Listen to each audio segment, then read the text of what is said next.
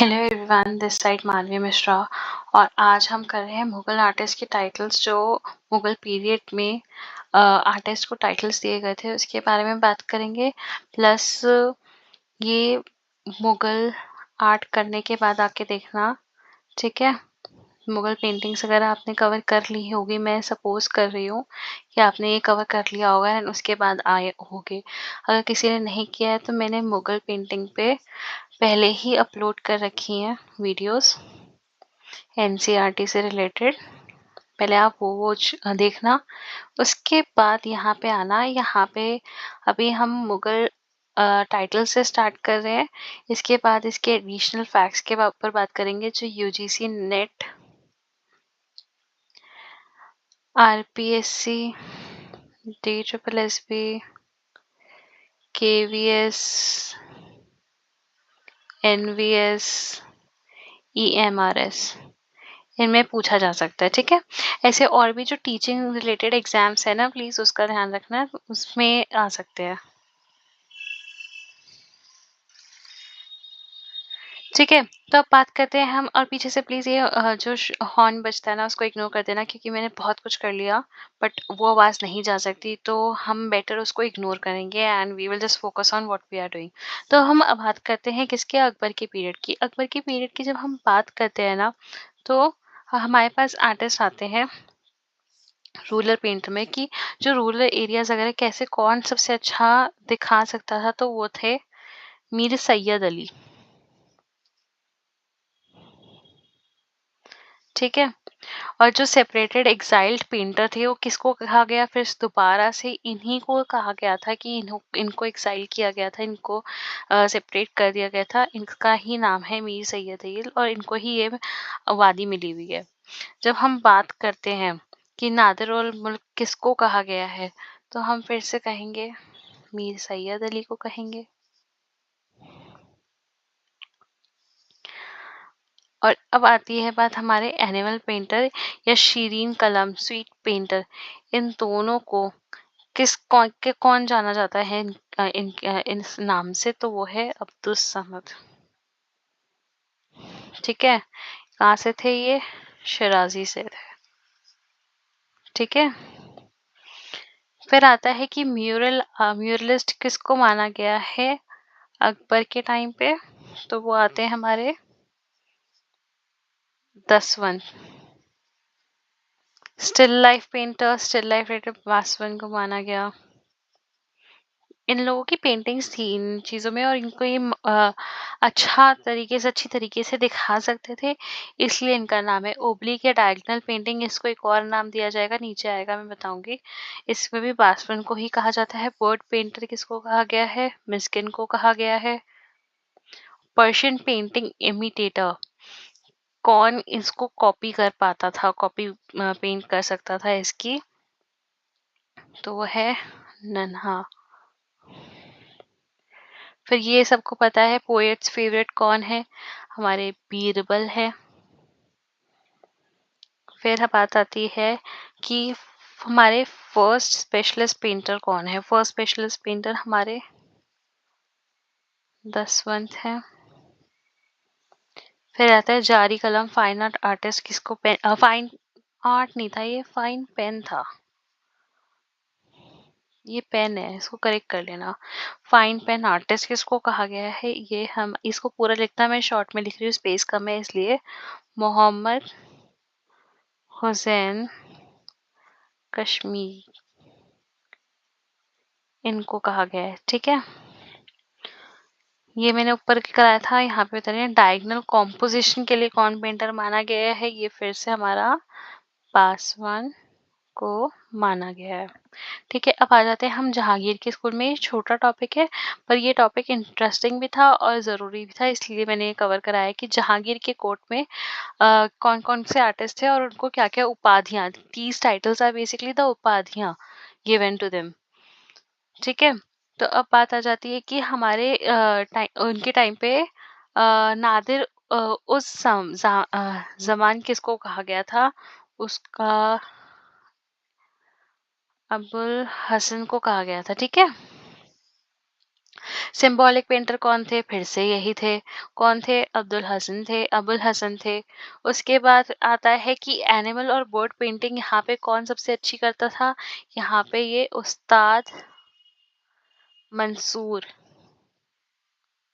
ये अच्छी पेंटिंग करते थे। फिर आता है नादिल और असर। ये असर है जो भी है, ASR है, इसको याद रखना। ये किसको कहा गया है? ये दोबारा से उस्ताद मंसूर को कहा गया है। फिर आता है ग्रेसफुल पेंटर, किसको कहा गया है? ये बिशन दास को कहा गया है। कॉपीस्ट पेंटर किसको कहा गया है? अक्का रिजा को कहा गया है। फिर आती है बात पेंटर और painter of trees, plants and flowers किसको कहा गया है? ये मोहम्मद नादिर। मोहम्मद में शॉर्ट फॉर्म में लिख रही हूँ, आप लोग पूरा लिखना। मोहम्मद नादिर को कहा गया है। उसके बाद आता है कि हंटिंग सीन्स के लिए पेंटर किसका अच्छा माना गया है? कौन माना गया है? तो वो मनोहर माना गया है। मास्टर ऑफ पोर्ट्रेट्स कौन है? गोवर्धन है। फिर पेंटर ऑफ कोर्ट सीन्स किसको कहा गया है? पेंटर ऑफ कोर्ट सीन्स हमारा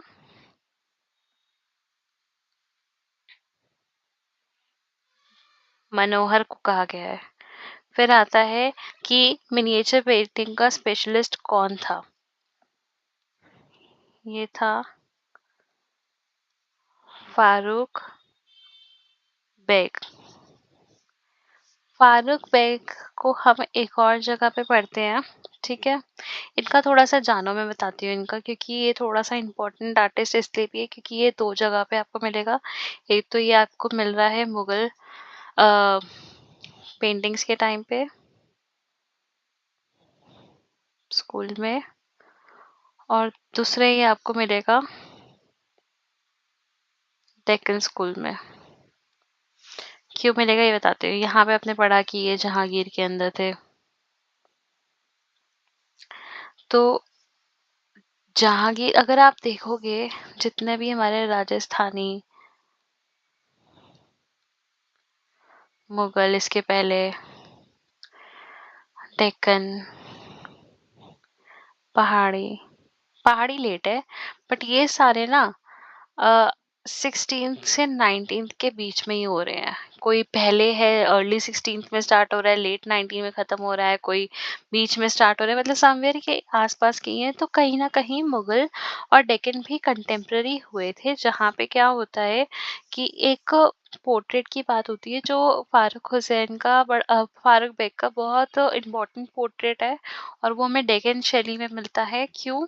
क्योंकि यहाँ पे जो जहांगीर था, और यहाँ पे जो हमारा, मैं बताऊंगी इसकी स्टोरी भी आपको, डेक्कन में भी मैं यहाँ पे बता रही हूँ। यहाँ पे भी आप सिंपल लैंग्वेज में समझ लेना। यहाँ पे जो हमारा किंग था, तो वो लेकर जाता है फारूक बेग के साथ एक पेंटिंग गिफ्ट करने के लिए, ठीक है। ये मिलते हैं और गिफ्ट करी जाती है। तो जहांगीर क्या करता है, इस किंग को उसके पोर्ट्रेट की पेंटिंग गिफ्ट देता है, ठीक है। और इसकी पोर्ट्रेट को देखकर वो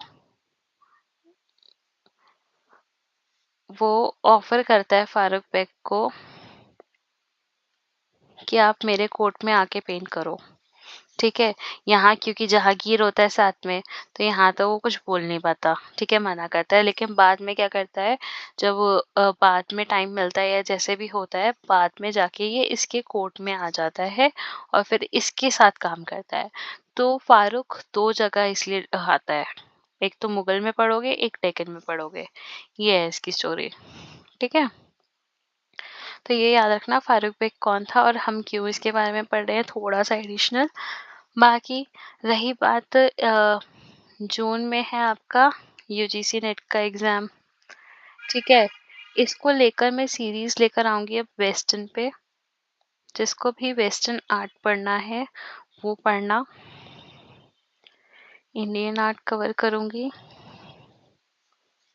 एस्थेटिक्स कवर करूँगी, method and material for painting, sculpture, print making,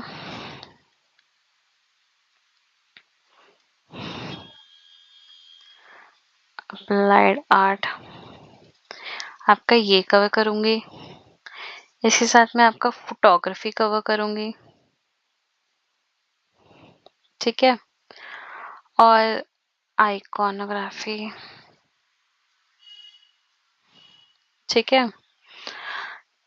मेरे को जहाँ तक लगता है कि इतना ही सिलेबस था, बट इसके अंदर ये बात अलग है कि बहुत सारे सब पार्ट्स हैं, ठीक है, rather it be architecture, painting या कुछ भी, स्कल्पचर,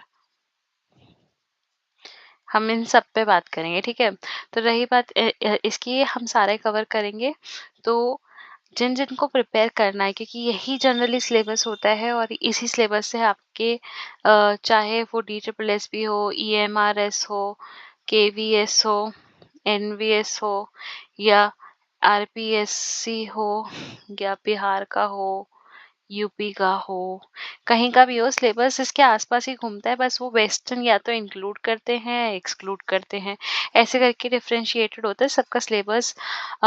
हल्का हल्का अलग होता है, बाकी मैटर अंदर का सेम रहता है। तो जो कोई भी टीचिंग रिलेटेड एग्जाम्स की प्रिपरेशन कर रहे हैं, वो सबके लिए ये चैनल मैंने बनाया है, सो दैट आप लोगों का रिविजन अच्छा सा होता रहे। और जिन्होंने नहीं पढ़ा है अभी तक और इंग्लिश में पढ़ते हैं और उनको प्रॉब्लम होती है कि इंग्लिश में कंटेंट नहीं मिल रहा है, तो ये उनके लिए मैंने ये डेवलप की थी चीज़ें। तो आई होप आप लोग इस चीज़ों को एंजॉय कर रहे हो और पढ़ भी रहे हो, आपका सिलेबस भी कवर हो रहा है। प्लस डाउट अगर अगर आपको पूछने हैं, डाउट्स के लिए आप अभी, मैंने अभी कुछ इंस्टा वगैरह नहीं रखा है और ना मैं सोच रही हूँ रखने के लिए। डाउट्स के लिए आप कमेंट करो, तो मैं आपको कमेंट में ही आंसर कर दूंगी, या फिर अगर डाउट ज़्यादा बड़ा होगा और उसको एक्सप्लेनेशन चाहिए होगा, I will bring the video on it. और लाइक, सब्सक्राइब और शेयर तो करना ही। प्लस मैं कुछ और चीज़ें भी सोच रही हूँ लाने की, बट लेट्स सी, ठीक है। तो अभी के लिए बाय। एंड भूलना नहीं, जिन लोगों ने अभी तक सब्सक्राइब नहीं किया है वो सब्सक्राइब कर लें, और जिन लोगों ने अभी तक शेयर नहीं किया अपने दोस्तों के साथ, उन्हें शेयर भी कर दीजिए। एंड वीडियो देखें तो प्लीज़ लाइक ज़रूर किया करें। Thank you so much.